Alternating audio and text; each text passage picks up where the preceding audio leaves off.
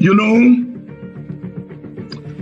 people ask me all the time, why do you do this?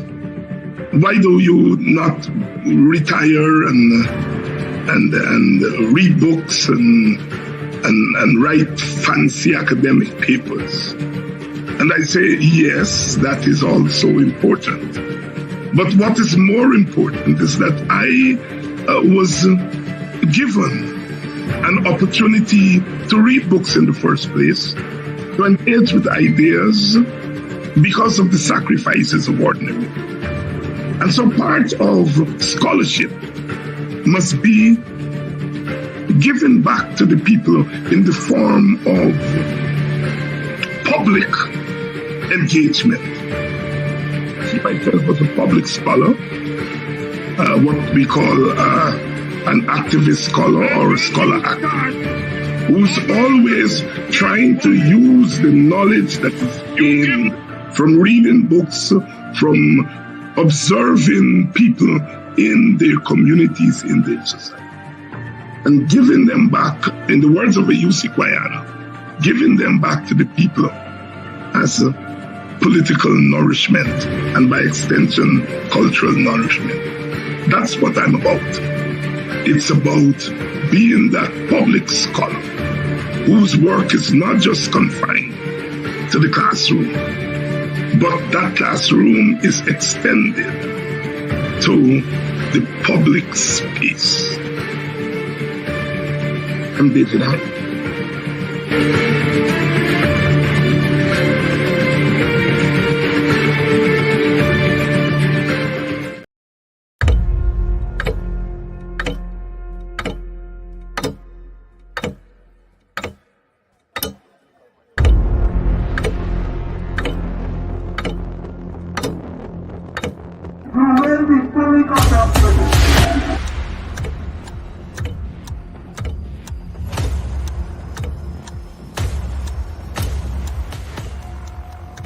Mr. Watts, he is armed himself. Shots. Watch it. Tear gas. Light rounds. Also, I can see that.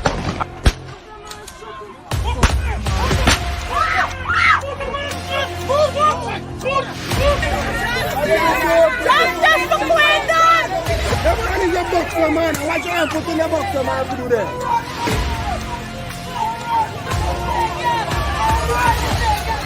But since my cousin there, no, you come on the East Coast. You listen to me. Right? No, you come on the East Coast. You listen to me now. You gotta listen to me too, man. I am listening to you. Right? Now, I see you on the East Coast. The day when they get a protest of them, the next day, that's when you see one bigger heads come up to talk to my family. Right? And that's bad. If we didn't do a protest, that we want to see nobody for justice. You see? I'm not holding back nothing. I'm not holding back nothing. I just need justice of my family.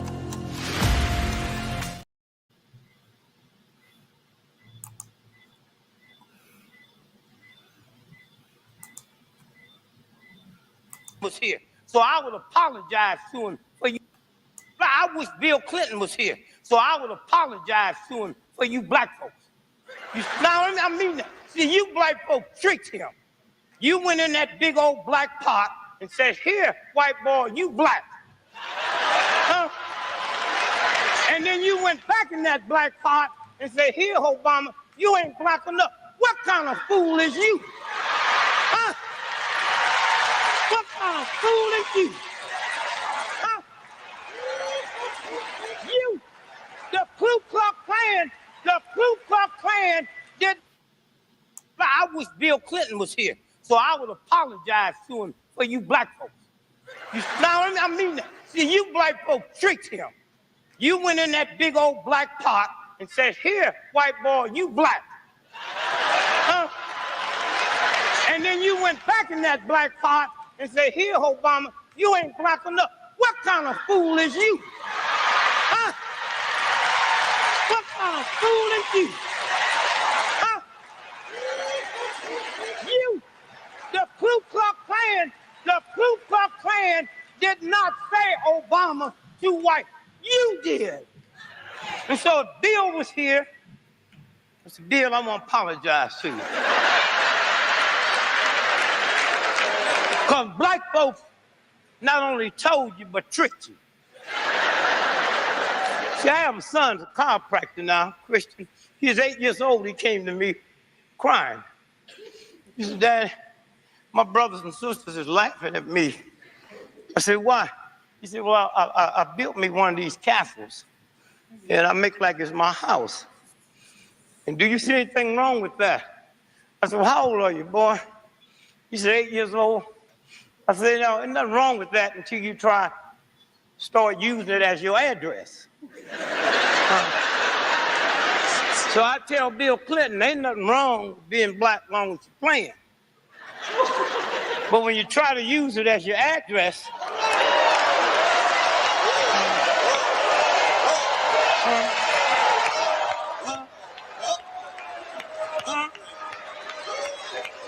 when you try to use it as your address, then I got some serious questions.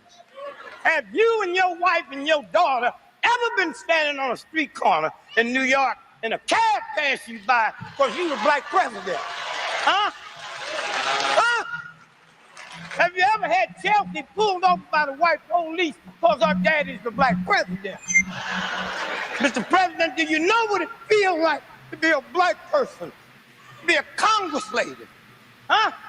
To be a lieutenant governor with 12 doctor's degree and driving down the street and hear the police siren and you start squeezing that steering wheel tight and they pass by you and you thank God, damn thanking God, you didn't do nothing in the first place, huh?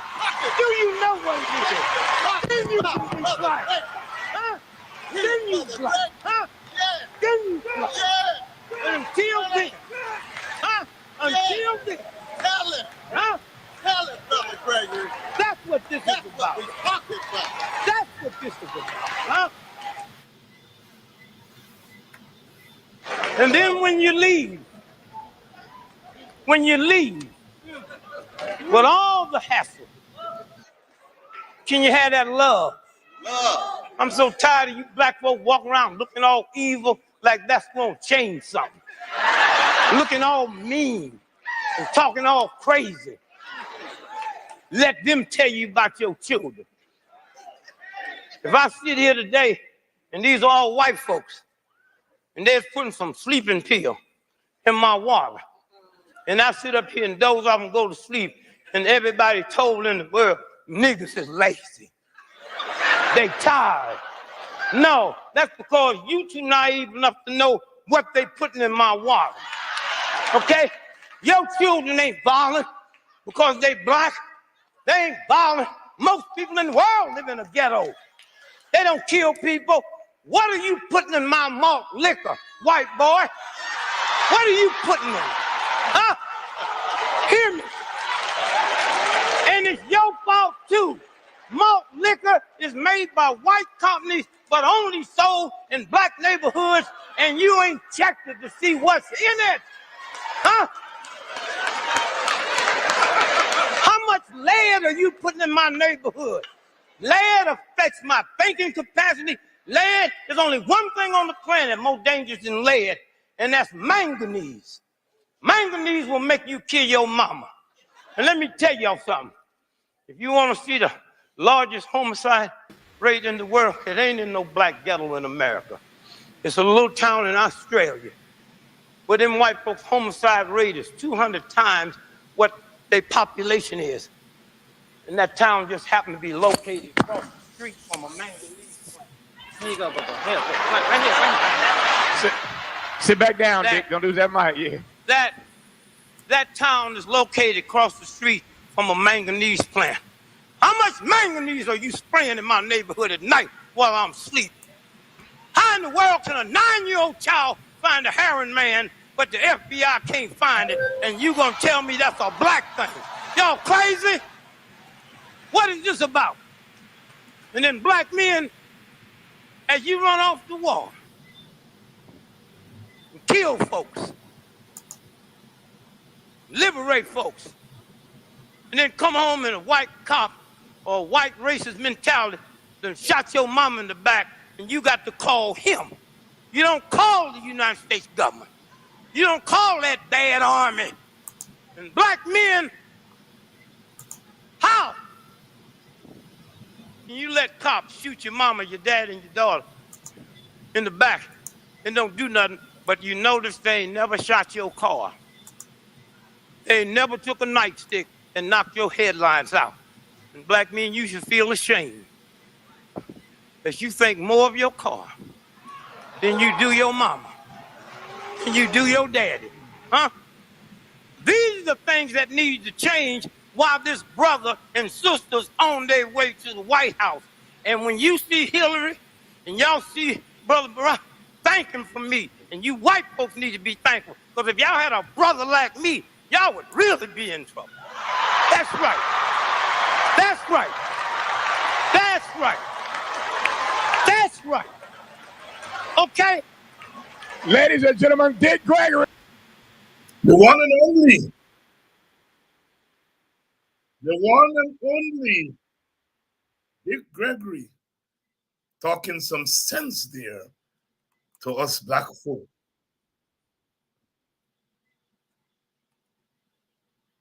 Good evening to you and welcome to Politics 101. It's a Wednesday night, and we are gathering as usual for our nightly session, wherever you're joining us from. Brother Dick Gregory asking, what kind of fool is you? What kind of fool is you? What kind of fool is you? And we black people, we are busy, in Guyana, we're not talking about who more black. We're talking about who more presidential. Who more presidential.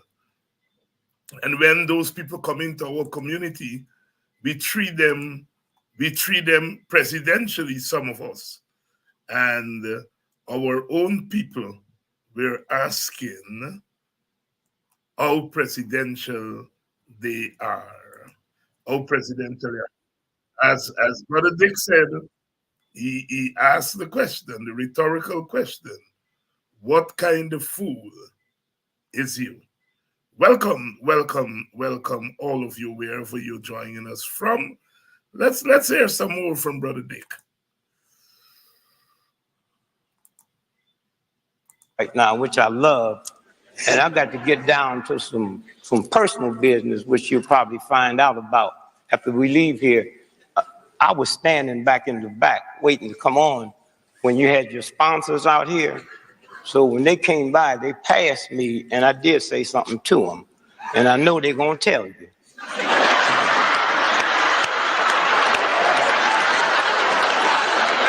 See, I thank the white dude from Walmart for my cousin. This past Christmas, they had prices so low, he didn't have to shoplift.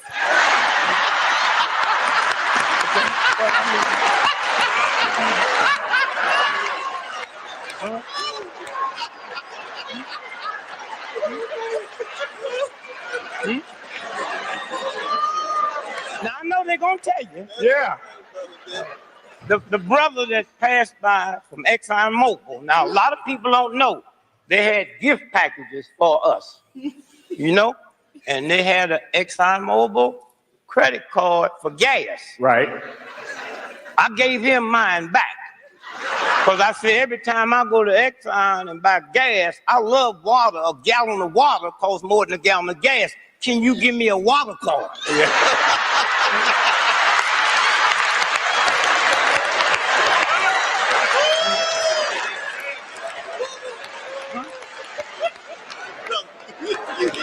And I'll be honest, the black brother from Wells Fargo, head of the mortgages, I pulled him over and said, I need to talk to you. He said, Brother Greg, you need a mortgage. I said, no, they took my house when times was good.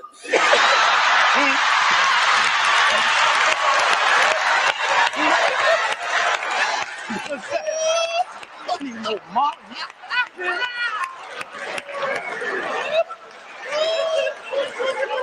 So here's what I asked him. Yes, sir. I asked for a loan and a cosigner to open up a black business. I want to open up a black airline named Tamika Air. And my motto will be, we leave late, but we get you there on time. Huh?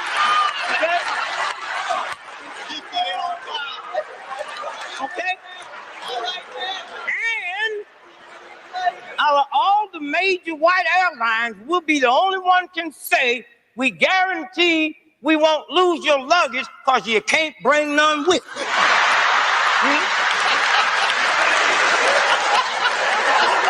And we're going to be a good Christian airline. We ain't selling no alcohol on the plane. You bring your own, we just sell the setup. That's it. So I just want it. That's all. Now to my mayor, Mr. Mayor. I just want you to know how bad things are. When you said Chocolate City, I had just walked in the hotel room. I was in Europe and turned on the news, and I heard you say Chocolate City. I thought you was talking about Hershey, Pennsylvania. And then I heard all the white folk complaining about you call this town Hershey, Pennsylvania. Look, all my life, they've called this town Sin City, and nobody cares.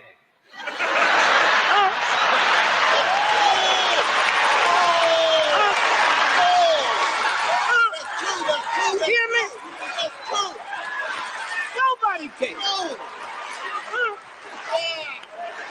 Nobody.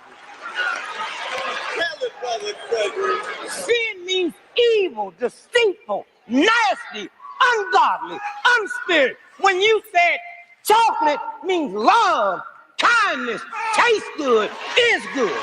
Huh?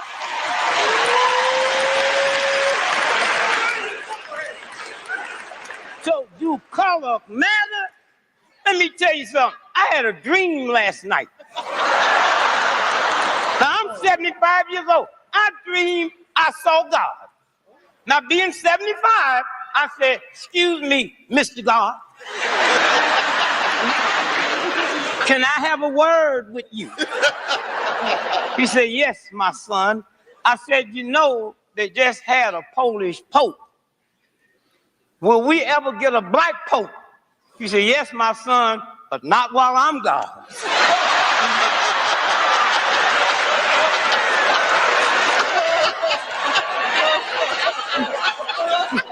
So, brother,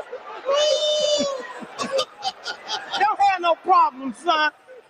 And finally, let me say this. Thank you. Thank this movement. I'm not talking about the ones we know about. I'm talking about the ones we don't know about. Thank God there is a God that know all the names. And because of this movement, I didn't come up in a civil rights family. Nobody teach me that. I thought everything was okay. I didn't get it at home. And when I heard it at home, I heard it from some ignorant part of you, is these redneck, uneducated, pot-belly crackers that create the problem. And at 9 years old, I say, since when that type of white boy determined public policy? My problems with the president of Harvard and Yale and MIT and the major corporations until we leave this little daddy boy alone. We will never deal with it. And so again, I say, where I am from this movement, it gave me a turtle philosophy after looking at that black woman I'm married to and being part of this movement. I am the turtle, hard on the outside, soft on the inside, and willing to stick your neck out. That's what it's about. Huh? That's what it's about. Huh? That's what it's about. And all of us in this movement, I I come up as a black man thinking hard on the inside, hard on the outside, but I wasn't hard on nobody but black folks. And looking at my wife deal with 10 black children with softness, then I became soft, the inside. And finally, let me just say this. I'm tired of people talking about this election from the standpoint of fear. Fear and God do not occupy the same space. Huh? That's right. That's right. Listen. I don't want nobody to tell me and tell my grandchildren to go to the polls and vote against something. That's ungodly. With the beauty of this country and all the things we got to vote for, you don't have to tell me about Bush. When I see him on TV, I say to my grandchildren, if he was alive, he'd be a sick man.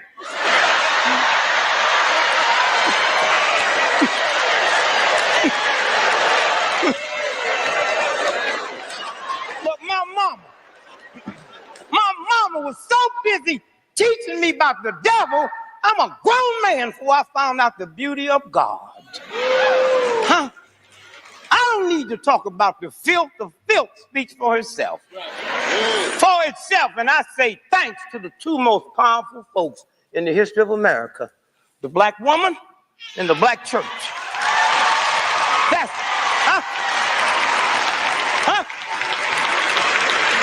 and I never knew how smart that black woman was.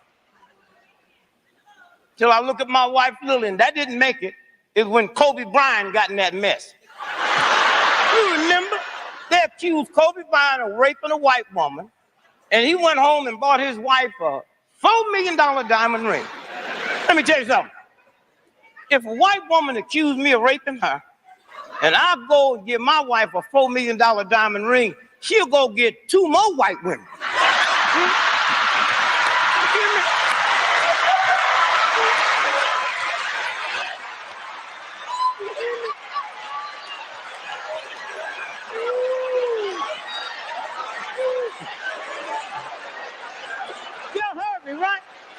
She got enough sense. She got enough sense to know wherever that ring came from, there's a matching necklace and bracelet. Dick Gregory. Now, let me say this. All we said here, what needs to be said, we think an illegitimate child is a child that don't know where their daddy is. America is an illegitimate child because she has no mother. And this is what the problem is. If I work in a coal mine, in a steel mill, and I come here today and put on a suit but don't take a bath, you got stink sitting up here with you. And what have happened to America, we ain't never cleaned up the filth over 400 years. We just put a new suit on and a new dress on and then wonder who's stinking. It's you, the one that's stinking. That's what this is. And until we clean this out, until we clean it up, my mama used to grab me and wash my face. America ain't got no mama that's washing her face. She'd pick my nose when it needed to be opened up.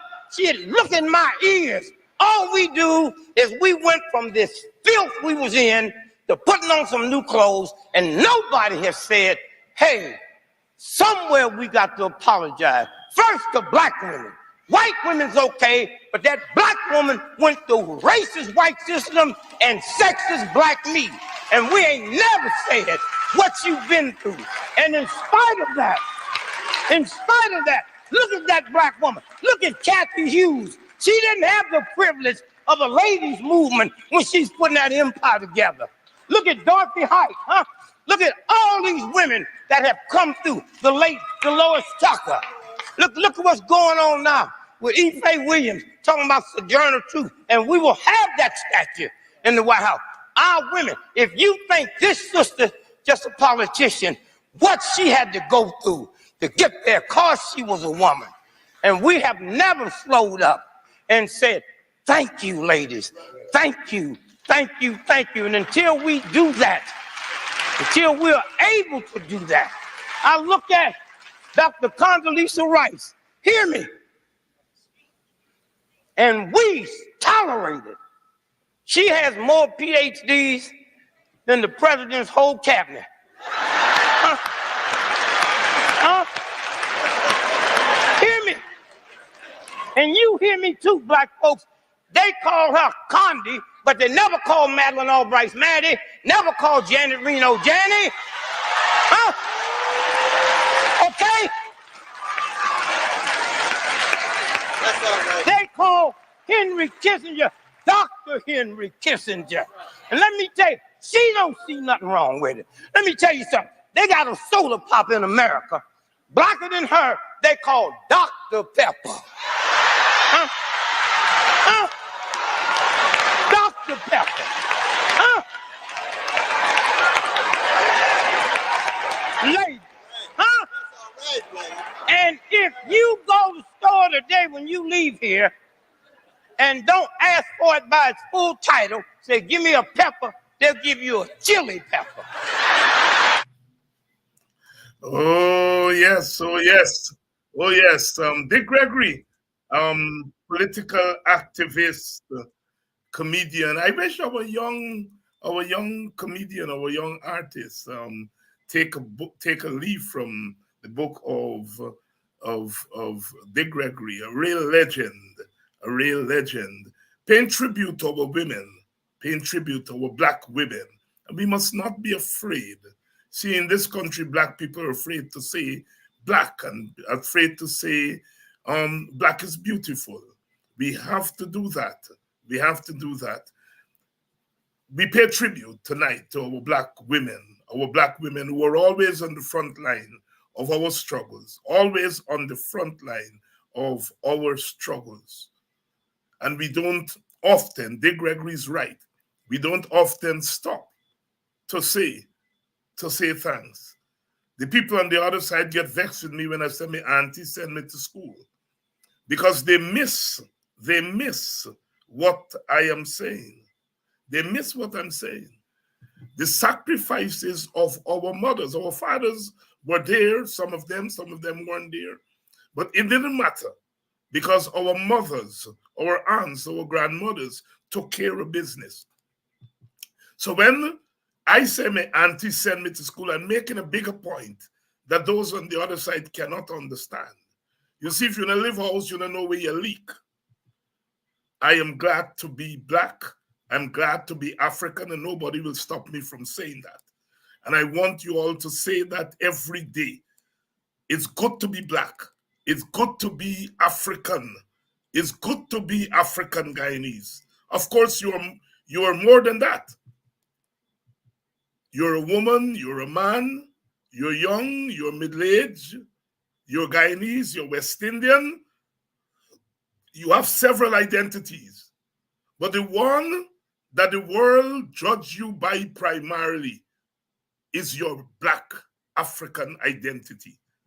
The world makes a judgment of you. You walk in to a room and they judge you. You put on a hoodie if you're a young black boy and you walk the street at 12 o'clock in the night, you are judged. You're called a criminal. People cross the street. They don't want to be where you are. The world judges you primarily, not only, but primarily because you are black. I say to you all here every day, every night, because it is obvious. It is by no accident that the homes that this government, the places that this government goes to and mow their homes down, they're doing it on East Bank right now. Sarah Joanna. The places they go to do that are black communities. It is not an accident. They've made a judgment. Racism is a judgment on black people. It is no accident that the police that is known for being trigger happy is trigger happiest when it comes to black people. No accident. No accident. When last you hear a big boy spit in the face of an Indian girl, it's no accident that people feel they can spit in the face of African women.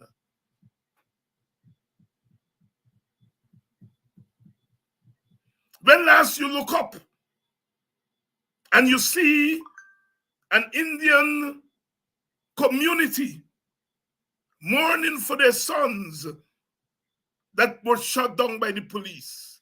It's no accident that this is happening in the black community. And this government, which is not a black government, feels that it can do it and get away because some of us black people, we look the other way. Some of us engage in criticism of our black self, and nothing is wrong with that. Black people, like other people, get out the line and you have to criticize them. Some people don't want to talk about slavery.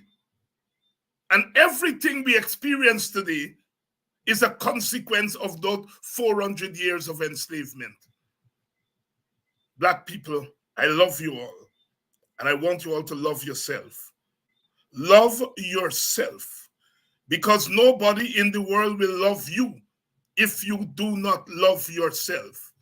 The government of Guyana is engaged in institutional racism. Institutional racism.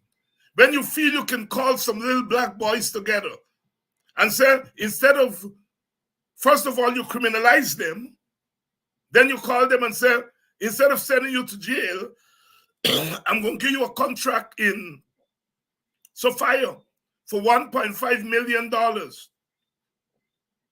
And then unsuspectingly, the boy take the $1.5 million only to find out that that contract of $1.5 million, he got to pay out $1 million to the workers and buying products and materials. And at the end of the day, he's just taking home $200,000, $300,000. That is racism. Because the PPP dare not do that to Indian young men and women. Look at the way they're treating teachers. Do you believe that they're brutalizing teachers because they're teachers? I don't think the PPP hate teachers. They don't. I don't think so.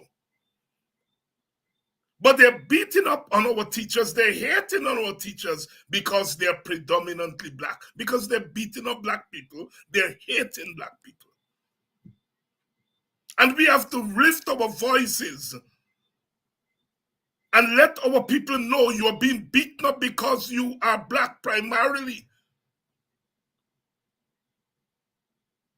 If you were being beaten up because you're youth, then Indian young people would have been beaten up.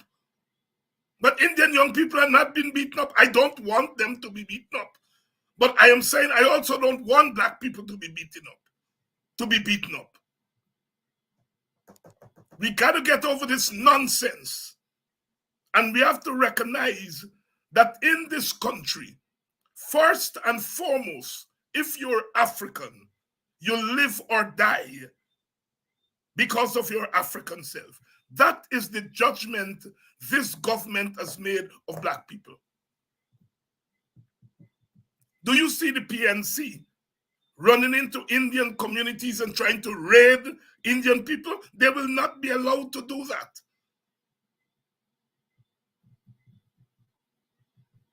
But the PPP government feel that they can get 2 or 3 or 4 black ministers and send them in the black community to be our role models. How can you be a role model for black people, for African people, and you sit in a government that is beating up black people and you say nothing, you do nothing, you are an enabler of it? Often who is it they send to lick down those houses? Under the guise of doing my job, you got to go and lick down the house of your mother, your auntie. The policeman got to shoot the little nephew under the guise that I'm doing my job. They got Indian policemen. Do you see they're going into Indian communities and shooting up Indian little boys? What kind of fool is you? Asked Brother Dick Gregory. We got to start getting sense in this country. That's where I want to start off tonight. You have to recognize your identity is an obstacle towards equality and equity in this country. They want to get you out of the way. They want to covet, to thief all the resources. And the people who are going to cry out the loudest is African Guyanese. And so they want to silence you. Indians will cry out, but they will cry out quietly, out of fear. But Africans will cry out loudly, so they have to shut your mouth. And the worst thing you can do is to be complicit in your oppression. And some of us Black people engage in that nonsense. There is going to come a time in the Black community when we have to manage such Black people. Manage them. We are a caring people, an understanding people, and we don't engage in certain kinds of behavior. But at some point, those who are allowing themselves to be used to go into Black communities and to destroy our communities, we'll have to manage them. And there are very many ways of managing them. Very many ways of managing them. There's nothing like shame. When you shame them, and there are very many ways of shaming them, we must not at all be complicit in our oppression. Comrades, friends sometimes call me David. Talk about young people, encourage the young people, the youth,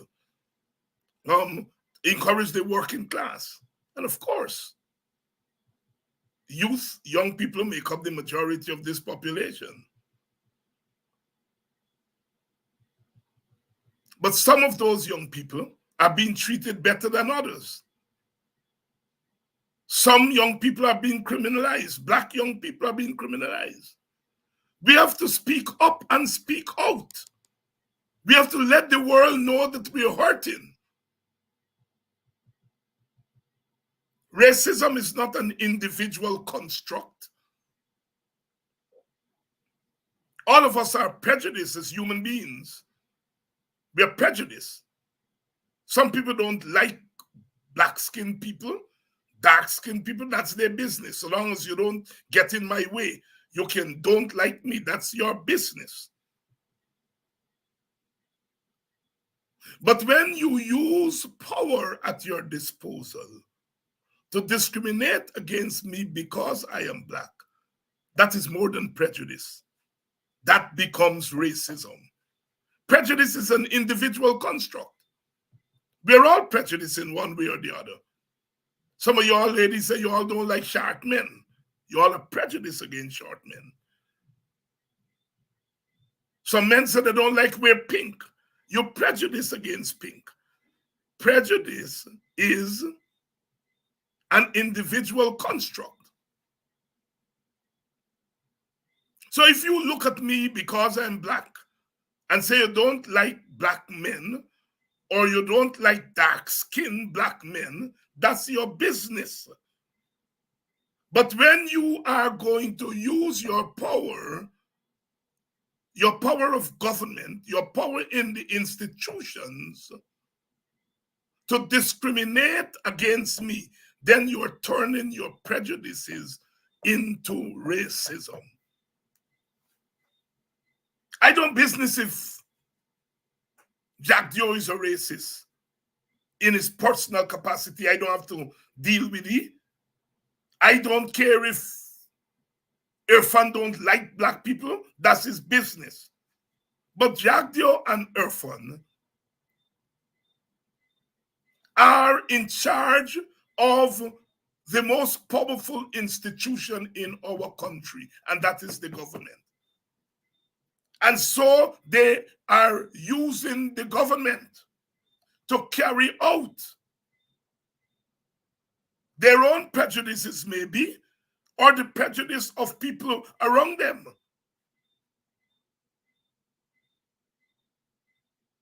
The decision to demolish homes in Black community cannot be an accidental decision. If you're demolishing poor people homes, then go demolish poor people homes in all communities. But oh no, you're demolishing poor people homes in African communities. This is a racist government that practices institutional racism every single day, every single hour of the day. And we must say it for what it is. Nobody can be more Marxist than me. I grew up on working class ideology. Marx, critique of capitalism and the working class and the working class. I grew up on that. I studied it. I was a political activist of it and still is. I still believe the working class is being crushed in this country. But this government has not declared war on the working class. It has declared war on African people. And the African working class suffers the most because they are the least defense. They have the least defense. They are the most defenseless. You can't watch me and give sugar workers $250,000 grant money and then turn to teachers who are as productive as sugar workers and tell them you're giving them 6% of $100,000. It is for that reason that Black people have to make a decision. And the decision we make has to be a clear decision. We have to remove this government from office. We have to remove the PPP government from office for our own safety. For our own safety, the safety of our children. Because our children are not safe in Guyana. The Black boy is likely to end up in police custody before he is 16, many more times than the Indian boy or even the Amerindian boy. That's a fact. Our children are in danger. Our women are in danger. I walk the road. I grew up as a small boy. Indian men used to respect Black women. Now you walk down the road and by lashing Black women BT and the skin in the teeth. What, by what? Bam. I pass over women. And sometimes the Black men serve as scouts, going and get Black women for Indian men of power. It goes on in the ministries. Black men working in ministry, going and procure young Indian girls, young Black girls for the Indian bosses. It goes on in our ministries. It's an assault on Black womanhood. Assault. And for a lot of those Indian powerful men, is what they call payback. One of them tell me, he said, David, when me been a grow up, me used to see Black man a there with Indian woman. And now, are we just get the money? Are we just get the power? Are we torn now? We have to speak the truth in this country. And I'm saying that I don't want to see our women to continue to be disrespected in that way. And the only way we can stop that, or well, not the only way, but one of the ways we can stop it, is that we have to remove that sense of invincibility from those men, especially Indian Guyanese powerful men. I'm talking about the average Indian man.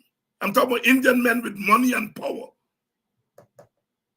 who use it to turn our women into female slaves, sex slaves. And we black people know it. Our black leaders know it and don't say anything. This government must go. It has to go. That must be our pledge. Elections are around the corner.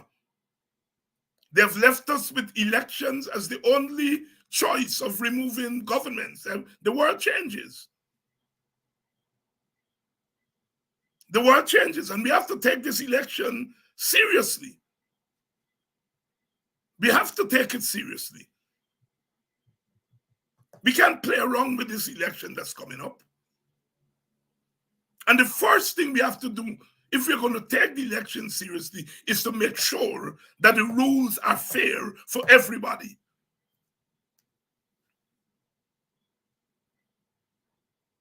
We have to demand it. This is not something we beg for. You tell us you have democracy. You tell us election is the way to go. And so therefore you have a responsibility to make election fair, free, and free from fear.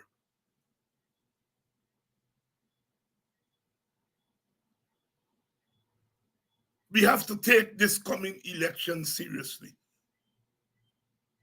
Every black woman, man, young person must go and register.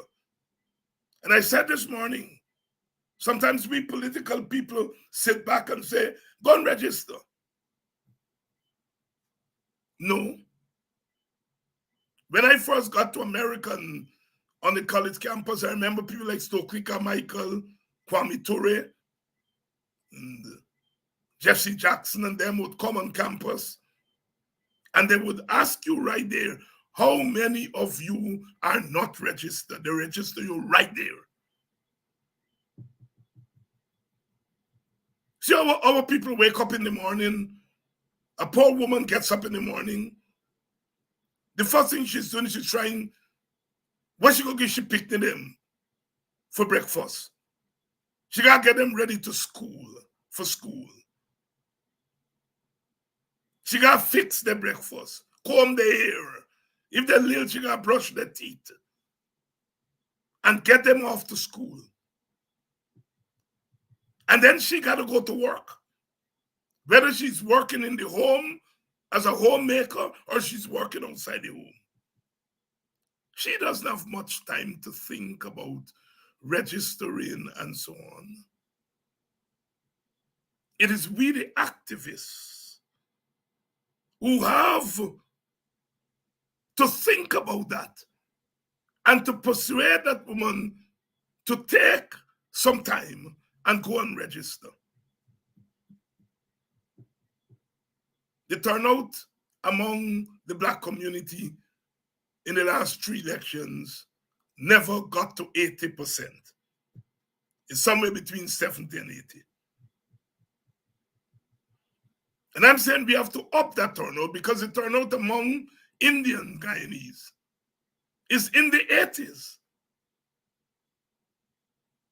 And we have to get our turnout to the polls among Africans up to that number, 80s, in the 80s, 90s possibly. In the United States, the hardest people, research has shown, and I think it's true for Guyana, the hardest people to get to register and to go and vote are black people, young people, and working class people. But studies have shown that once black people are registered and they start to vote, they become the most reliable voting segment of the population. So we have to pass the first couple of hurdles to get our people to register and to get them to vote. And that is why we need activists. Not everybody will hold a placard. Not everybody will come on to Politics 101 or Mark Benchop or any of these shows. But as an activist, you can find out who are not registered in your street and give us that information so that we can go and get them to be registered. That is activism. How many people in your street are not registered? How many people in your family are not registered? How many people in your friend circle are not registered?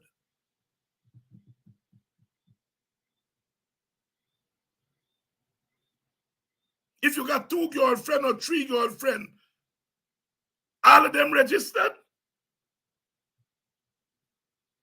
Well, I have to be fair and say if you get 2 by friend or 3 by friend, all them register?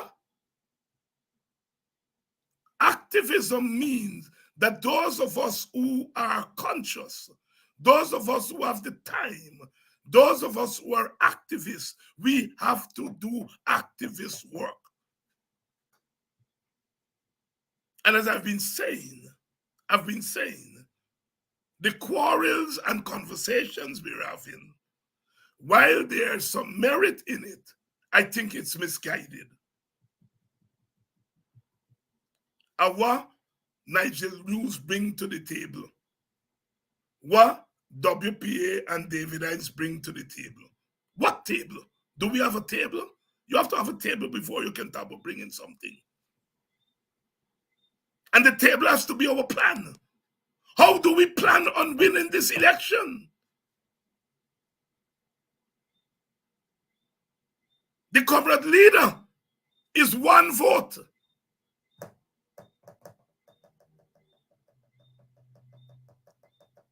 We have to get the multitude of people to be registered. The multitude of our people. That's how you win election.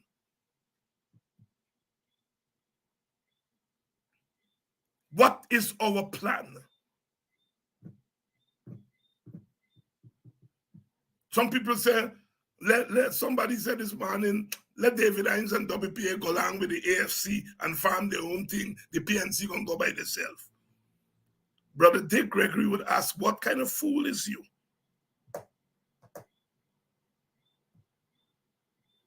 We've got to recognize where we are at the crossroads.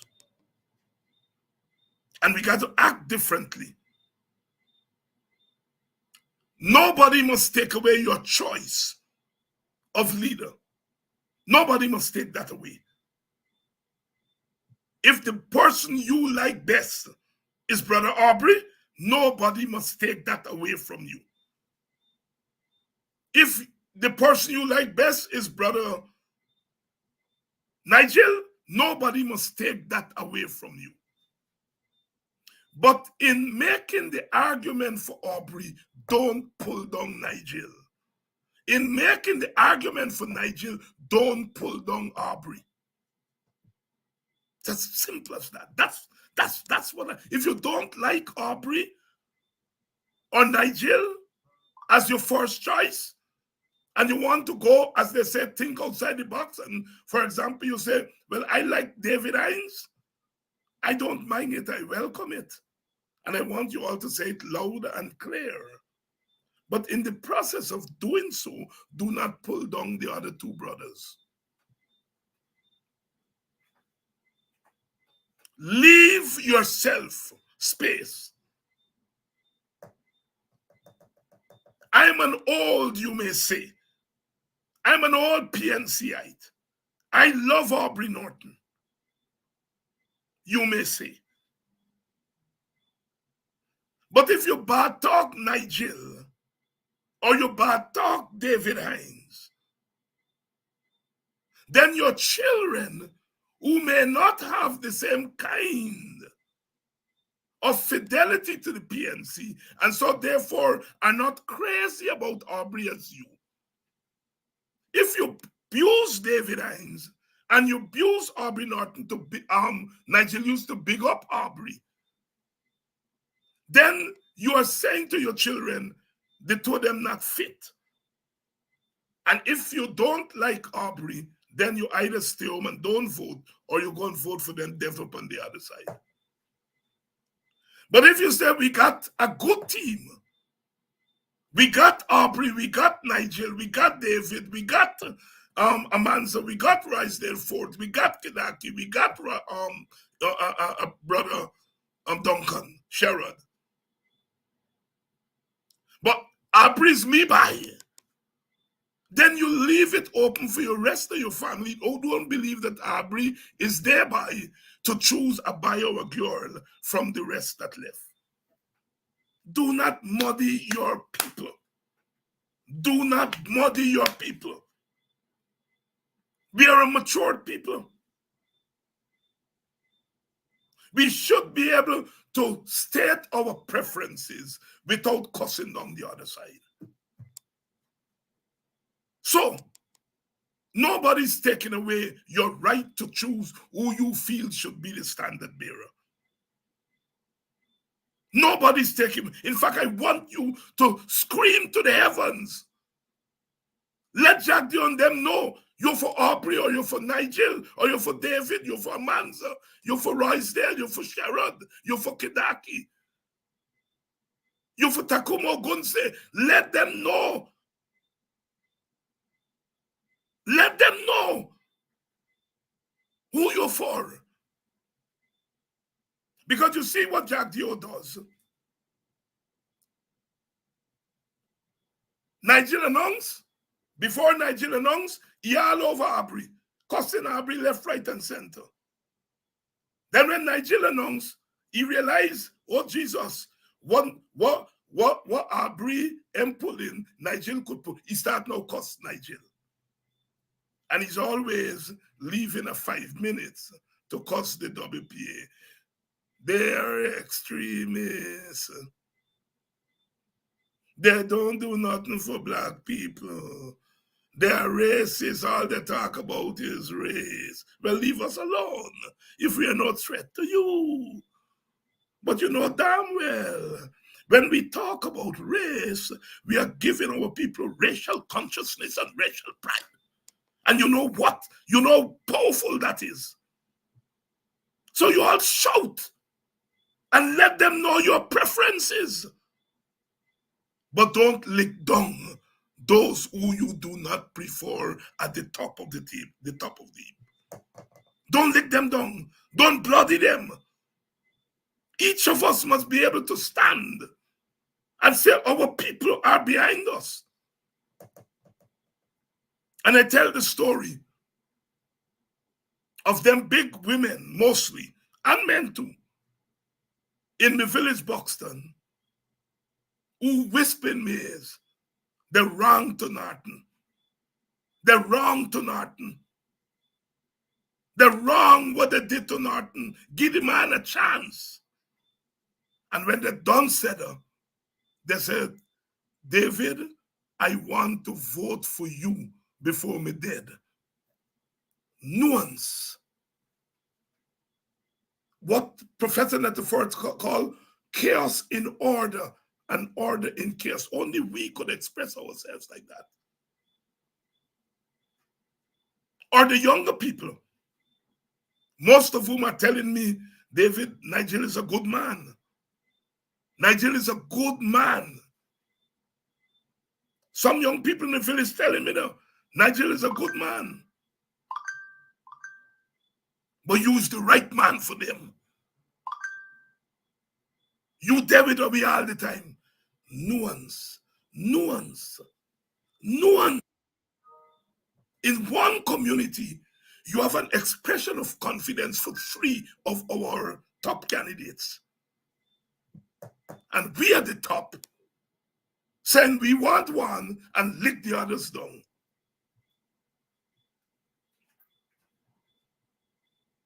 People have met me, shake me hand. They said, David Hines, you know what you did? I said, what did? Because when black people tell you, you know what you do, you say, oh, Jesus Christ, you're in trouble. Say, you bring together all the candidates on your platform. And one man tell me, David, I know it's not by accident. No, it was not by accident. I wanted to be an example to our people of how we can share. I open my platform to two other parties, that they can come and make their case. All of we are one family. Nation where them there. Nation where them there. All of we are one generation. Tanzania, Mozambique, and Zambia, all of we are one generation. As I said, on the opposition side, we got two levels. Two levels. We got the African level, who make up the majority of the opposition base. And then we have the opposition level that include our sisters and brothers of other ethnic groups. Both levels are important. We can't win with one. We got to win with both. We have to win with both. We need Amerindian votes. We're not going to win if we don't get at least 40% of the Amerindian votes. We need whatever smattering of Indian votes that's going to come our way. But we recognize we have to work hardest for that vote. And so we can't put our eggs in one basket. But that doesn't mean that the big basket, we must put most of our eggs in the big basket, which is the African basket.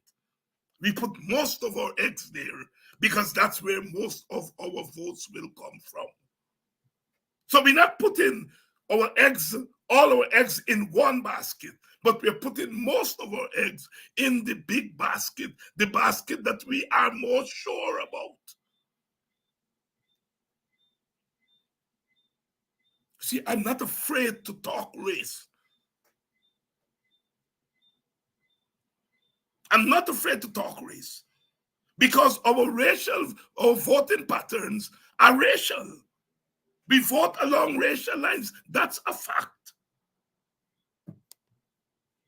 And don't let anybody feel Guyana is the only place.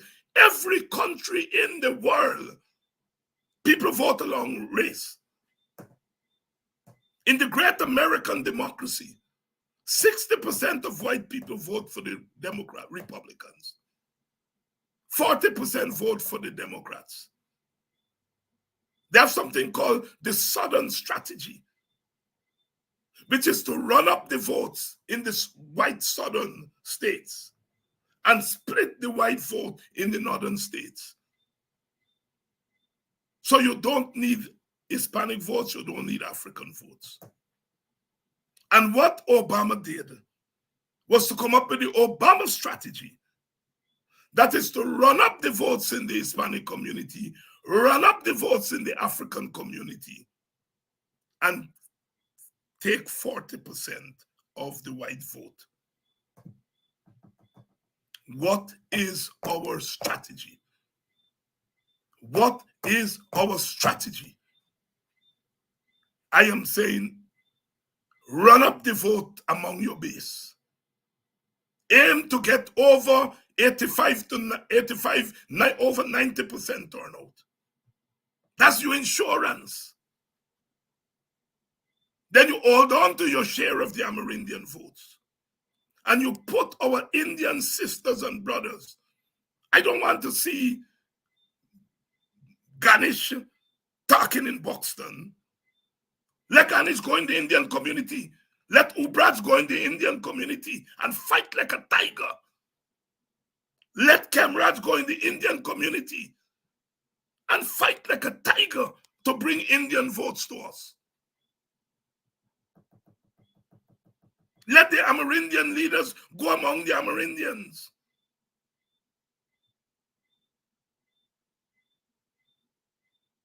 But you know what the strategy in the past used to be? Put Ganesh or Ubraj to talk in Plaisance. All the Plaisance people do is to cheer when he speaks because they're done. They don't need Ganesh to inspire them to vote. They don't need Ubraj. Ubraj and Ganesh and the other Indian comrades must go in the Indian community and bring votes to us. Bring votes to the opposition. What is your strategy, opposition? WPA has put on the table that as we prepare for the elections, we must fight. We must fight for a clean voters list. We must fight for biometrics. With biometrics, we know at least 2 seats that the PPP got the last time. They will be denied. With a clean voters list, we are taking away over 200,000 names that are there for them to put their dirty, grubby hands on. We are taking that away from them. We are reducing the number of votes there that they can thief.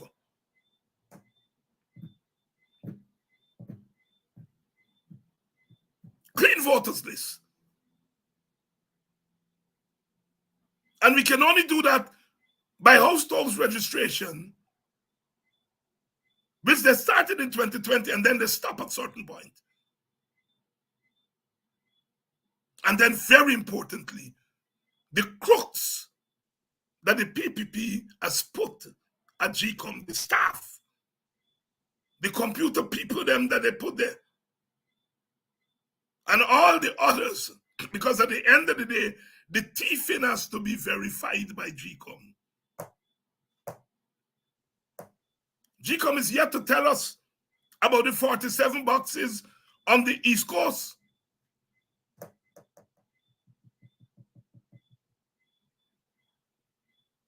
And we have to have the kind of staff in GCOM that if you turn in a box without statutory document, that box must not count. The law is the law. You must have statutory documents. But we have to have a chair and the staff at GCOM who is going to be dispassionate and fair. So we have to fight for a clean staff at GCOM, a clean voters list, and biometrics. Those 47 boxes are equivalent to 2 seats. Theoretically, the PPP robbed 2 seats. They robbed another 2 with people who weren't in the country and voted.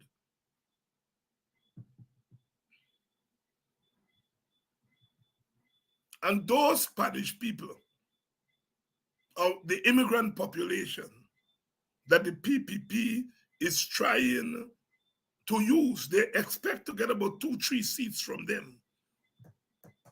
We have to find a way to block that. But more than that, we have to get a share of that immigrant vote, which means we have to have a strategy for the immigrant community.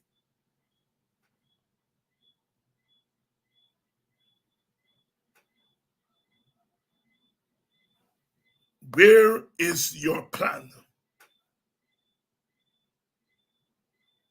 We don't have to convince our supporters that no one party can win this election on our own. No one party. No one party. Our base will be more energized when they see all their servants in the team. The person who don't like David Hines would not stay away because he or she will look and see Amanza, look and see Roysdale, look and see Nigel Hughes, look and see Aubrey Norton. The person's not enthused by Aubrey Norton. If it's Aubrey Norton alone, they suck their teeth and stay home.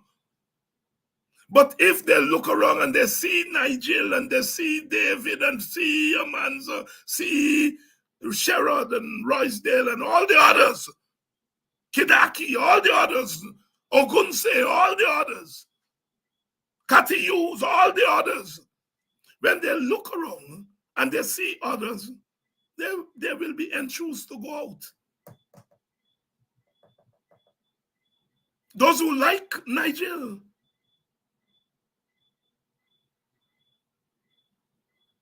those who don't like Nigel as the top man, will not be disheartened because when they look around and they see the others, they will have a choice. You see, it's not just about our people going and vote for the PPP. The PPP knows damn well. And the PPP objective is not to steal our votes, it's to suppress our votes. To drunk our people with small money. And when you drunk them, they said to hell with them, they ain't do nothing for we, and they stand home. A stay-home vote is equivalent to a vote for the PPP. And the PPP is trying to suppress our voters by putting in their head that the rest, oh, don't worry, David Hines, they've been in power, that he didn't do nothing for black people. They had cushy job, they had this, they had that.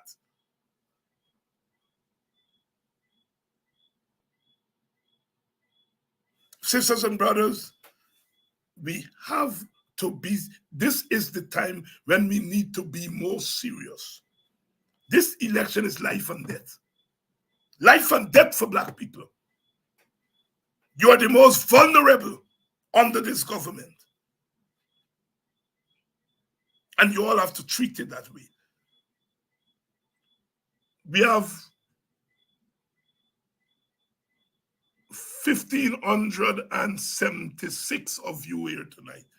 1,576 of you here tonight. Each of you must become an activist. We need our people to register and to be ready to vote.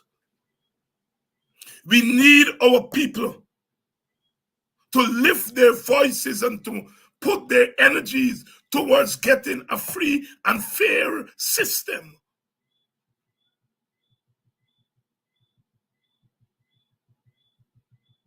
Activism is not just boots on the ground with placard in hand. It is also boots on the ground in your community. Boots on the ground in your street. In my village, at the last election, they tell me, well, look, when we go for register this by your runway because he can't read and write properly. I say, all right, you tell me. He's less likely to run away when he see me.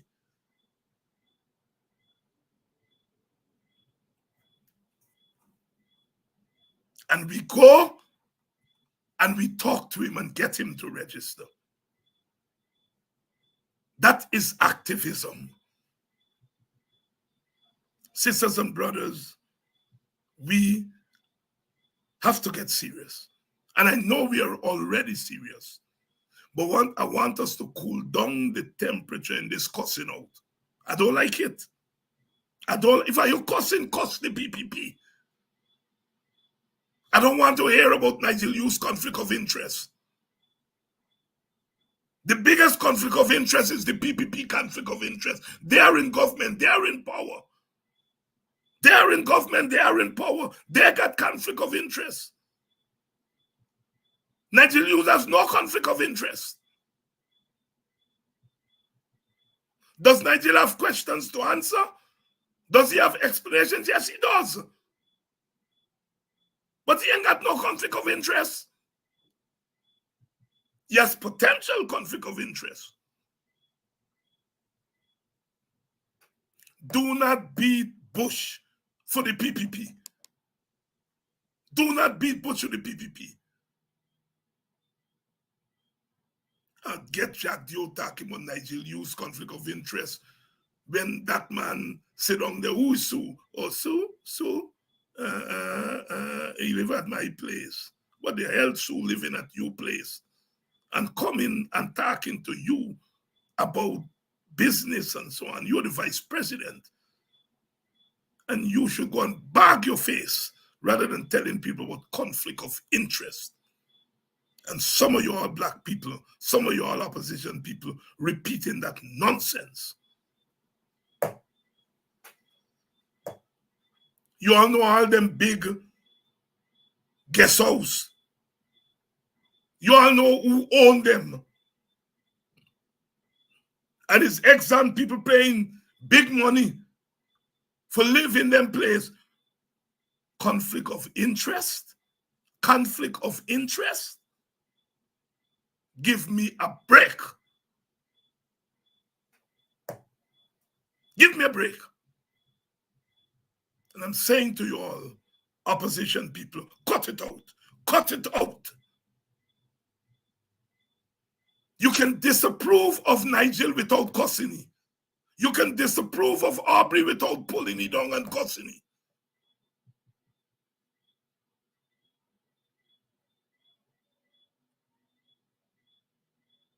This is serious time. So let's go. The campaign has begun. The campaign to ensure clean elections and the preparation in anticipation of those clean elections. There is speculation that they may want to call the election earlier than November. We got to be ready.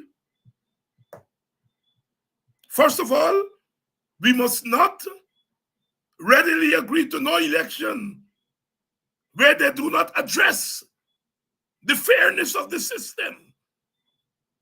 That's the first line of business. And all them white people who've been here 2020 and pronounce and say, oh, the PPP win. And what they see at Ashmin and what they didn't see, they have a responsibility to make sure that the damn system is fair. Because they have saddled us with this goldie that we get for government. They saddle us with it.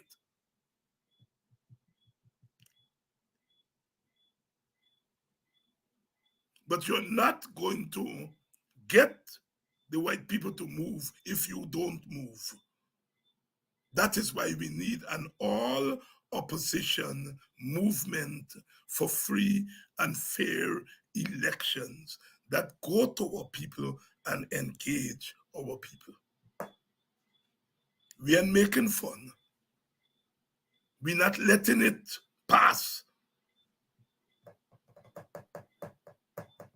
We don't want an election that will end in trouble.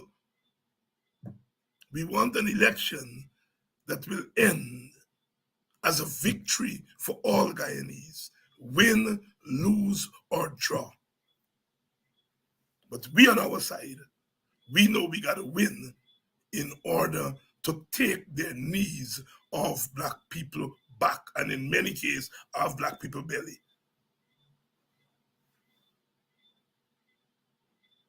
So, work to be done. Each of you must become an activist.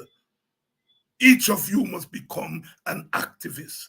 Stop the blah, blah, blah, blah, blah, blah, blah, blah, blah, blah. Ja, ja, ja, ja, ja. Nigel use this. And what David I bring to the table, I bring a presidential material. And you stop them kind of rank talk. Because you are weakening our results when you do that. And I am confident that you all will take Ms. Trumpet's advice and let us do this thing together.